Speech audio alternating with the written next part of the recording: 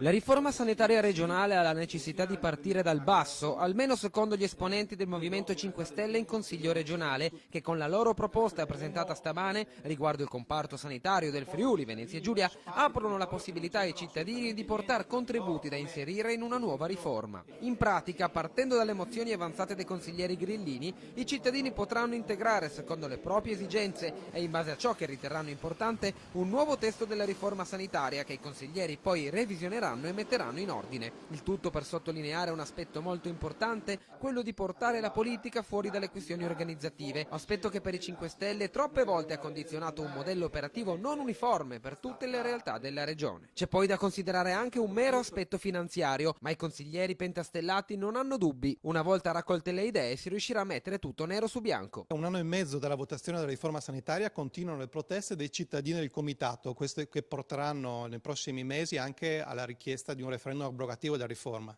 Come Movimento 5 Stelle noi vogliamo proporre una proposta sanitaria costruita con i cittadini, con gli operatori della sanità, e per questo abbiamo messo sul sito del Movimento 5 Stelle, sulla piattaforma Rousseau, il testo dell'attuale riforma sanitaria con gli emendamenti che abbiamo già proposto durante la votazione della riforma, e chiediamo a tutti i cittadini di contribuire.